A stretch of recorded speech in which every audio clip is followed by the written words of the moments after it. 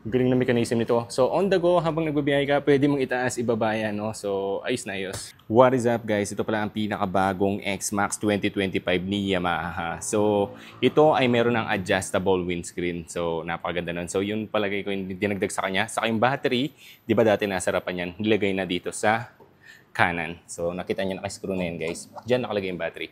So, ayan, makikita natin. Off muna natin, pagkita ko na sa inyo. So, ito yung ano natin, lineup natin sa review. Pero, idaan ko na sa inyo, guys, kung ano itsura nito. Uy, ang ganda ng panel gauge, TFT.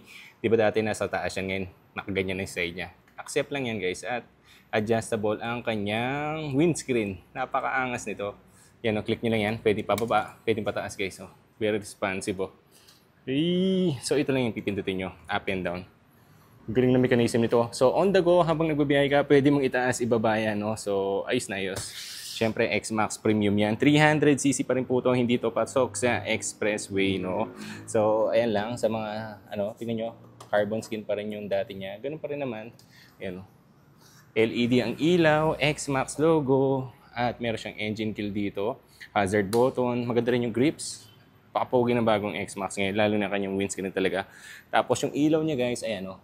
Meron siyang DRL na dalawa sa baba at LED na yan. So, yan ang bagong Yamaha X-Max na ating i-review, guys, sa susunod na video. So, SRP nga pala nito ay 311. So, hindi pa kasama yung insurance saka LTO doon.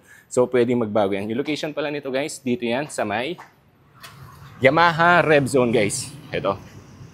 Yan, Yamaha Rev Zone, guys. At makikita nyo to kung galing kayong San Fernando, unang LTO, tapos Yamaha Rev Zone. Pero kung galing kayo sa Angeles, guys, ito yung saan nyo, Yamaha Rev Zone. Yan yung harapan nyo, Lucia, John and Cart. At makikita nyo na itong Yamaha Rev Zone, guys. Open sila 8 a.m. to 4 p.m. Monday to Saturday, guys. So kung gusto nyo makuha to, puntahan nyo na. Let's go!